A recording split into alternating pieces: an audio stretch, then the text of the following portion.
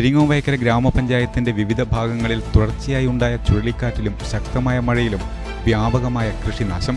ഈ വാർത്ത നിങ്ങൾക്കായി അവതരിപ്പിക്കുന്നത് Navajyothi college, Kannikkalam, Cherupuzha.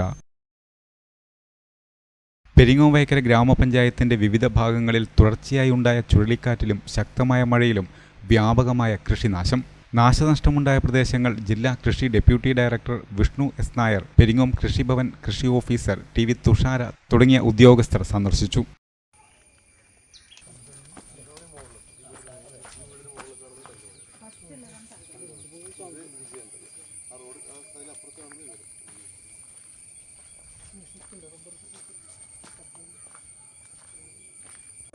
Rubber board കിട്ടാൻ സാധ്യത ചിലതിന് ഉണ്ടാവില്ല. പിന്നെ അതുപോലത്തെ നല്ലോണം വളവിട്ട് നോക്കിയാൽ